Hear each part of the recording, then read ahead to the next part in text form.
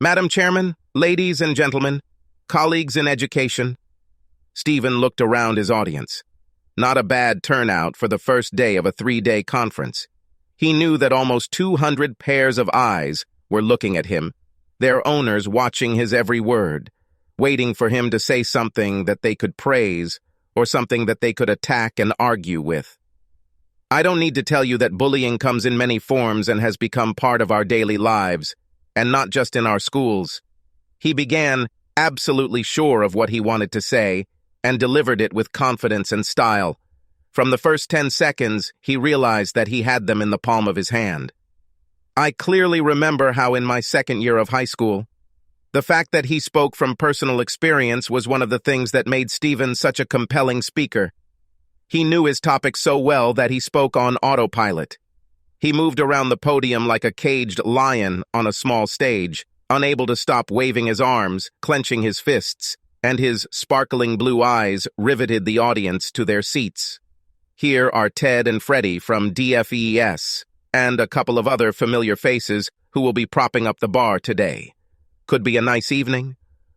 But while the kind of direct bullying we are all familiar with potentially results in physical scars, the psychological scars from indirect bullying can be much more damaging in the long run. These scars are usually...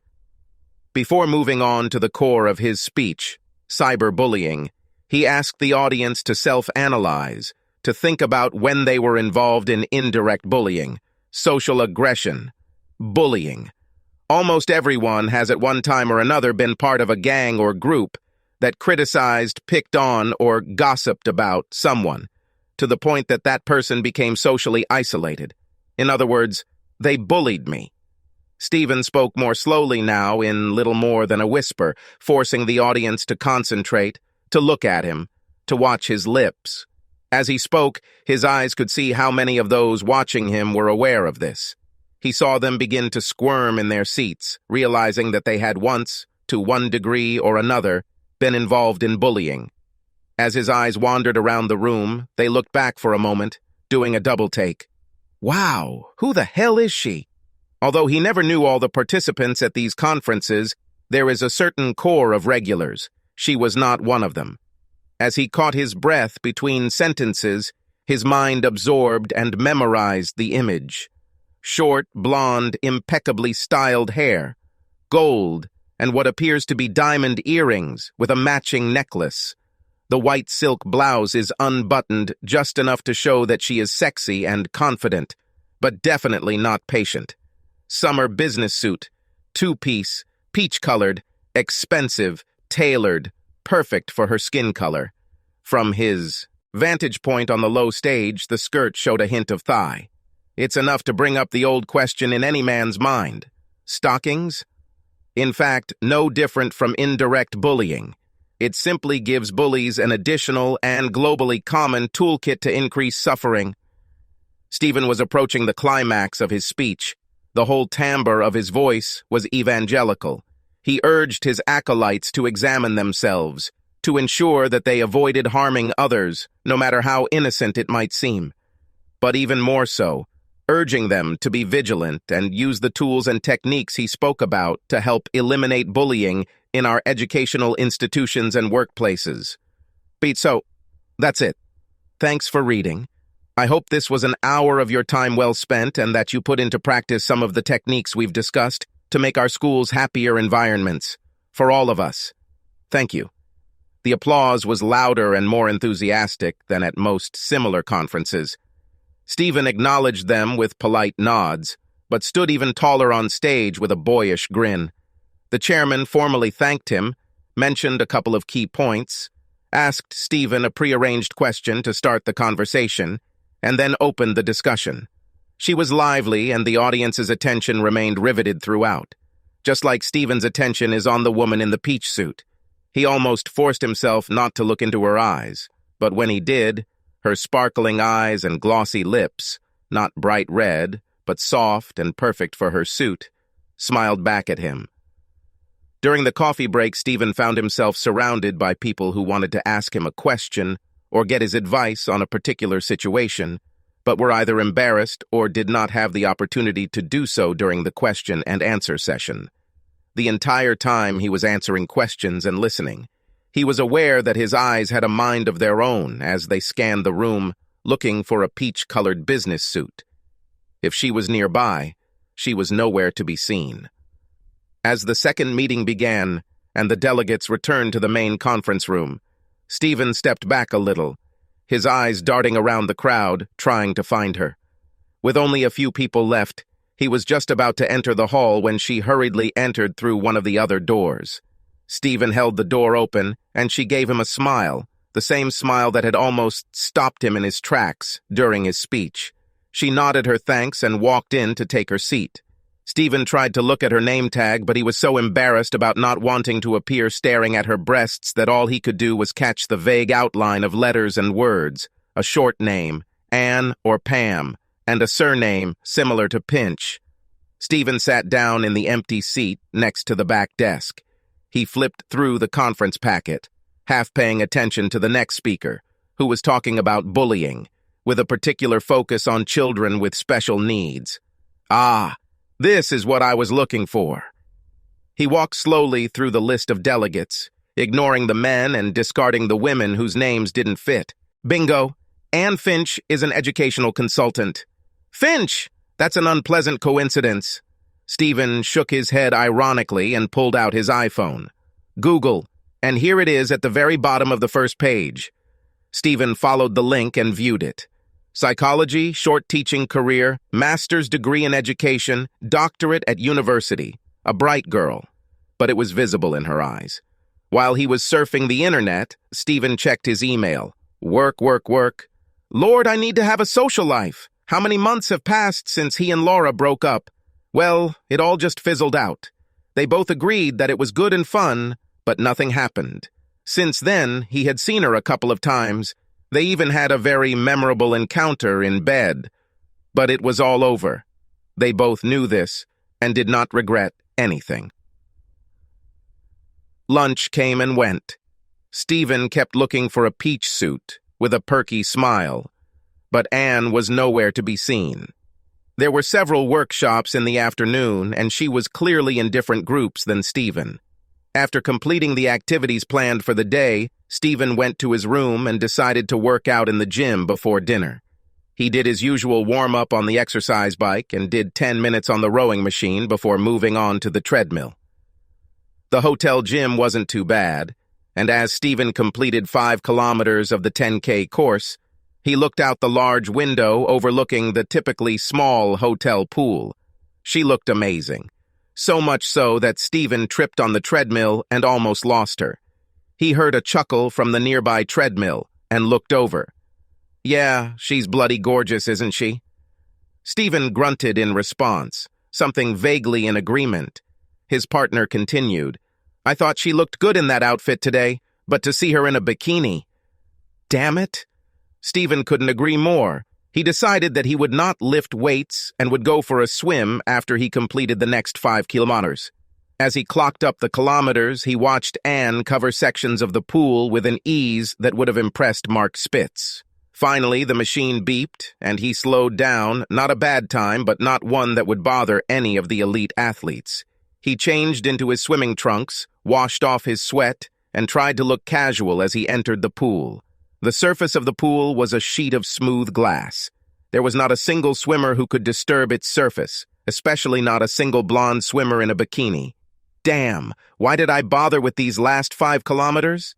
Stephen almost reluctantly disturbed the sleeping pool and took a few sluggish swims before exiting it, still angry at himself for the missed opportunity.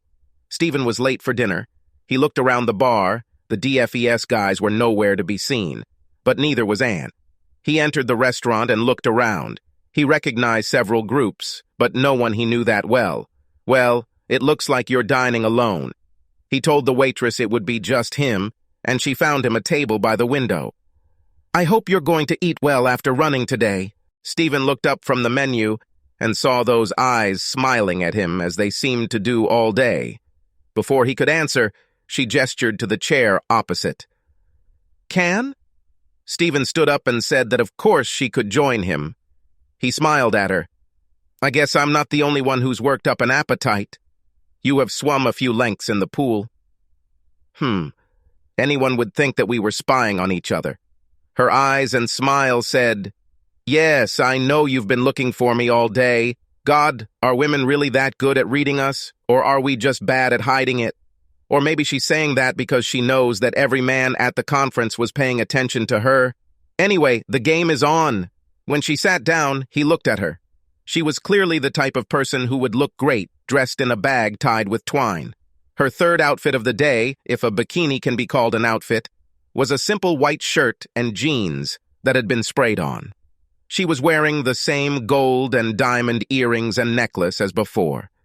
But Stephen's heart sank when he noticed other jewelry, a simple engagement ring with a single diamond, and an equally simple gold bracelet. So she's married. This wouldn't be the first married woman you've shared a bed with. But Stephen knew that downstream there were difficulties, guilt, and difficult decisions.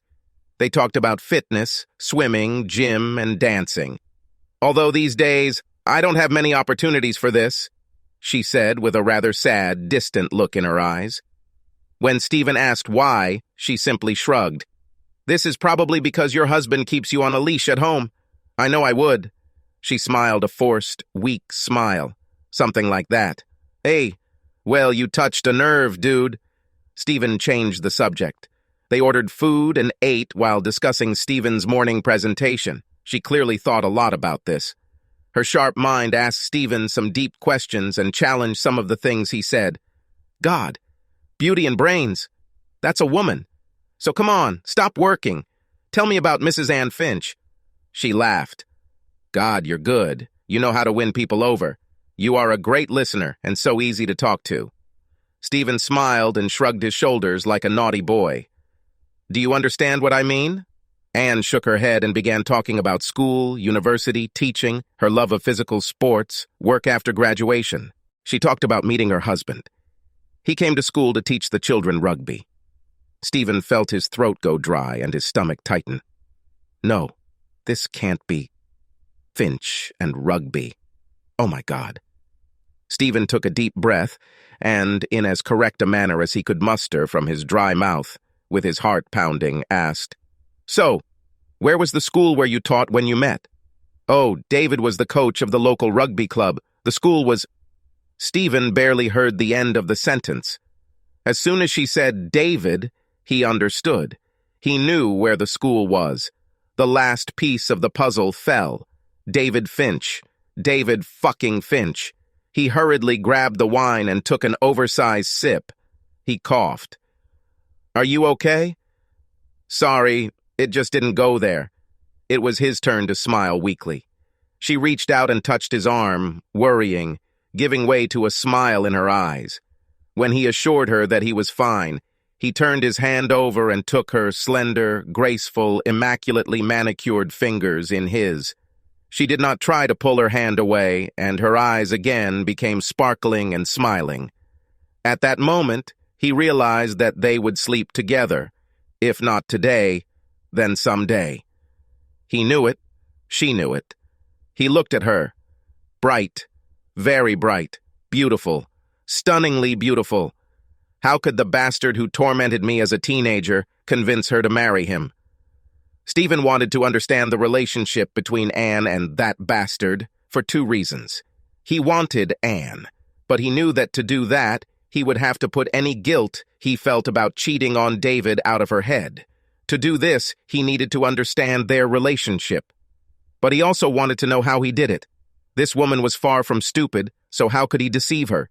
And did he mock her? One day a badass? They continued to hold each other's hands as they talked. Stephen gently stroked and caressed her hand, as if it were made of precious, fine porcelain. They laughed together, they were serious together, they argued and agreed, and they grew closer with every sentence spoken. Then, as Stephen brought her hand to his lips, blew gently on it, and kissed it, he heard an ahem from across the room. They both looked around. The restaurant was empty, the tables were set for breakfast. They were so carried away by each other that they did not notice that everyone had already left long ago. They walked from the restaurant to the elevators hand in hand, like lovers who had known each other for months. Stephen asked if she wanted another drink. saying that he had a very nice minibar in his room. She stopped, turned to face him, and took both his hands in hers. "You have no idea how much I would like this, but I just can't. I'm sorry." The elevator beeped and took with it everything that Stephen was about to answer. They went inside. He pressed 10, she pressed 6. The doors closed and he gently pulled her into his arms, pressed his lips to hers, and the kiss was what he knew it would be. When he ran his hand over her chest, she let out a small sigh. Then the elevator stopped and she pulled away from it, grinning. Stephen put his foot on the door to keep it from closing. "Breakfast at 8? She lowered her eyes, then looked at him and smiled. "What do you think?" She then quickly stood on her tiptoes and kissed him on the cheek. "This is as a sign of gratitude for a wonderful evening." And she turned and left, leaving the cloying smell of her perfume in Stephen's head. Stephen came down to breakfast at 8 o'clock in the morning. He noticed her at a small table by the window. Approaching her, he decided that she was even more magnificent than he had thought the day before. She was wearing a pink blouse and blue trousers, apparently the bottom half of a business suit. She spotted him a few yards away, flashed her Blackpool Illuminati smile, stood up and kissed him on the cheek. "Good morning, Dr. Barnes." Her perfume filled his head as he answered, "Good morning, Dr. Finch." He sat down, instinctively reaching across the table for her hand. "Looks like we're picking up where we left off." He nodded in agreement and smiled at her. Breakfast passed in light conversation and smiles. As they were leaving, he casually suggested that instead of having dinner at the hotel that night, why don't they go out somewhere? For a few seconds, that slightly haunted, melancholy look returned to her. "I would love to, but unfortunately I can't. I'm leaving at lunchtime today. I'm afraid I have to go back. The bottom has fallen out of Stephen's world." But you can't leave?" "Sorry, but I really need to leave." He grabbed her hand and turned her to face him, but when he saw the look in her eyes, everything he was going to say flew out of his head. He simply looked at her and nodded. At the first session, Stephen could not concentrate. He kept thinking about the previous evening. During a coffee break, he was ambushed by a group who wanted to discuss his presentation, and Anne was nowhere to be seen. Just like the previous day, she arrived when the break was over and, putting down her mobile phone, hurried to take her seat. The last session before the lunch break was a panel discussion. Stephen was in front, on the panel. As questions were asked, one or the other group member answered. It wasn't him the entire time. Stephen's gaze was fixed on Anne, who was always looking at him. Those eyes, that smile, made his stomach hurt. "So what do you think about this, Stephen?" "Oh, sorry. Could you repeat that?" I got a little distracted, still thinking about the previous question. Out of the corner of his eye, he caught Anne's giggle and nearly missed the question a second time. In the end, he recovered spectacularly and was back in shape. When the session ended, he was again surrounded by people who wanted to discuss things with him. What the hell is going on with these people? There's free food here. Why don't they want to eat? To tell the truth, he didn't want to eat. He just wanted to say goodbye to Anne. Apologizing, he walked away. He looked around the dining room. No, not here. He ran down the stairs into the hall, just in time to see the wheels of the small suitcase that the same blue business suit was carrying disappear through the front door. He approached her as she opened the taxi door. "Aren't you going to say goodbye?" "You're surrounded, and I have a train that won't wait for me." "Can I see you again?" She looked at him, and her head tilted to one side, and the smile was like a spring morning. "You can't even imagine how much I would like this." Then the haunted look returned, and she looked at her shoes. "But I really can't." Then, in an echo of the previous evening, she stood up on her tiptoes, kissed him on the cheek, and turned to get into the taxi. Stephen never acted impulsively, but everything has its time. He grabbed her hand and pulled her towards him. Their lips met. He felt how her body tensed, and thought that she would now pull away from him. A moment later, her entire body relaxed into the kiss. Half a minute later, she pulled away from him, touched his cheek, and, without saying a word, climbed into the taxi. Stephen watched her disappear in the direction of Euston. His mouth was dry, and the emptiness inside turned into a cave. Every time Stephen checked his email in the days after the conference, he hoped that he would find a note from Anne. Nothing. Sure, he could have emailed her. He got her email address from the conference organizers. But no, the contact had to come from her. Then, a couple of weeks later, he was preparing a presentation when Outlook beeped, and a message from Finch Anne appeared in the bottom left corner of the screen. Stephen read it 3 times, each time becoming more and more confused. What the hell is this? She wrote how much she enjoyed his performance and meeting him. She asked him about something that they discussed for a long time and came to a common opinion. She said she really hopes she can hear him speak again soon. It was all strange, friendly, but formal. She knew that he would. Remember this conversation. They even laughed at him at breakfast. This is a code, she just says. Hello, and I haven't forgotten you. All this added fuel to Stephen's suspicions regarding Anne and David Finch. 24 hours later, almost to the minute, another email arrived. Stephen almost ignored him, almost ignored the letter that would change his life. It was not a letter from Anne, but from someone whose name he did not recognize, so he almost ignored it. But the only thing that saved the letter from shame in the deleted items folder was the title, Reminder, Class of '92 Reunion. He vaguely remembered that the same letter had arrived several weeks ago, but then he had not the slightest desire to return to meet his classmates. But now there was a very good reason to go. Revenge. He was going to go. He was sure David fucking Finch would be there, showing off his gorgeous, long-suffering wife. And he, Stephen, was going to go and steal his wife right from under his nose. That kiss wasn't fake. He knew that she had feelings for him. And the encrypted letter proved this. Stephen read the mail, just a few days off. In a few days, he will change everything. Revenge. Payback for years spent in poverty. Stephen was deliberately late in arriving. He didn't want to hang around waiting for Anne and David fucking Finch to arrive. He wanted them there. His senses were bombarded by the noise from the dance floor and the smells of perfume and aftershave. Some cheap, some very expensive. As for his eyes, all of his former classmates had changed. Some were recognizable and some were not.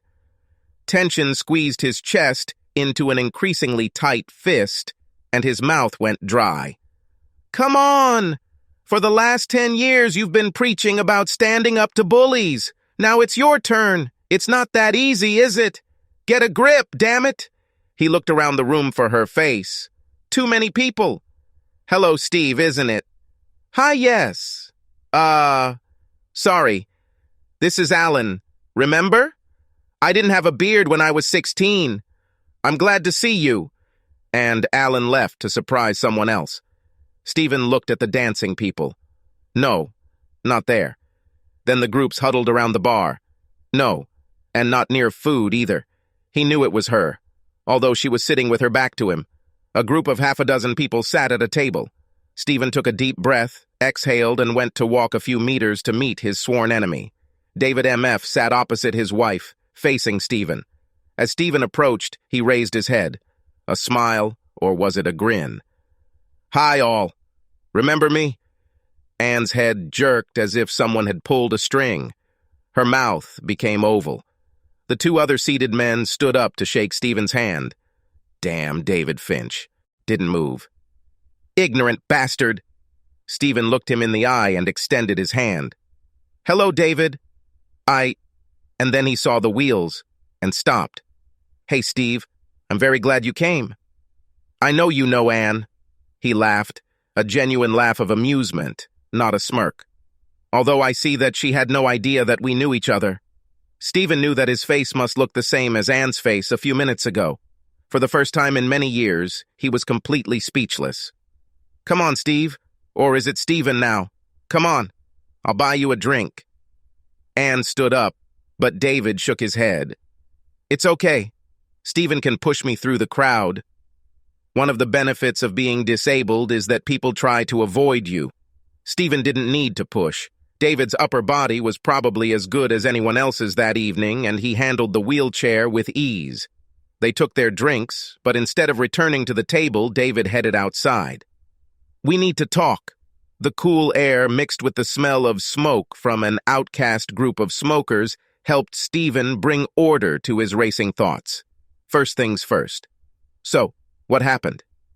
In a rugby match, a turning point occurred. Everything, and I mean everything, below the belt. David shook his head. Disappeared. Died. Nothing. Stephen shook his head. How many times had he wished for something like this to happen? And then it happened. God, forgive me. It's not worth it. Things happen. But it is I who must apologize to you. I wish I had been man enough to do this years ago, when I realized what a total bastard, a real piece of shit, I was to you, and a few others. But you were the easiest target. And I'm truly sorry. At first, I thought it was a condemnation of me for not looking for you to apologize. We all do things that we later regret. For God's sake, Steve, I was a complete asshole. At least, make me happy that you hate me at least a little. Stephen laughed and nodded. Yes. Yes, you were. And I hated you more than you can imagine. Thanks for this. David extended his hand, and Stephen couldn't believe the warmth he felt when he took it and shook his tormentor's hand. But there is something else. Anne. Stephen sat down on the low wall that surrounded the parking lot. Their eyes were now at the same level. Nothing happened. We met and got along well. Shrug. End. She really likes you, you know. Over the past 3 weeks, she's mentioned you probably 100 times. I have to admit I was stunned when I realized who Stephen was. David, nothing happened. Oh, I know that. She's wonderful and I don't deserve her. She would never, ever do anything to hurt me. But I know her well enough to know that she really likes you and... Hello. What's happening?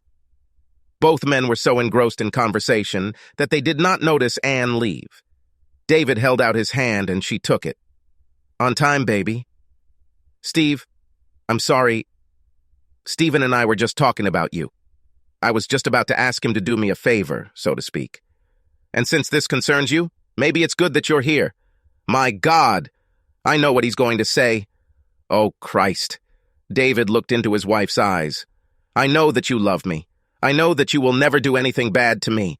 But I also know that you are a young woman. A woman with... How can I say this more politely? A woman with needs that this useless husband cannot satisfy. David... Anne cut in. But David raised his hand and continued. I've really been thinking about this a lot since you came back from the conference and mentioned my old school friend here. I know you like Stephen, and I know you'll never cheat on me. It's just not in your nature. But you don't cheat if it happens with my permission, and I know about it. Anne shook her head. Stephen looked at his nemesis. Let's talk about how to dump coals of fire on the head of your enemy. Anne and Stephen looked at each other. For the second time, in a short period of time, he was speechless. Listen, you two. I'm not suggesting that you're going to jump into bed tonight, but if you want, that's great. Just don't be afraid to see each other and let what happens happen. Stephen spoke first. I just don't know what to say. I know that you like each other. Just get to know each other better, and if in 2 years she wants you and not me, then that's life. Like I said, things happen. It's not just my happiness that's at stake. This is Anne's happiness and yours, and I gave you 7 years of absolute hell. David shrugged and smiled. Time to pay. Subscribe to our channel so that your second chaff doesn't cheat on you, and go ahead and listen to the next story, because this story is nothing compared to the next one. If you're under 18, don't even think about listening to the next one.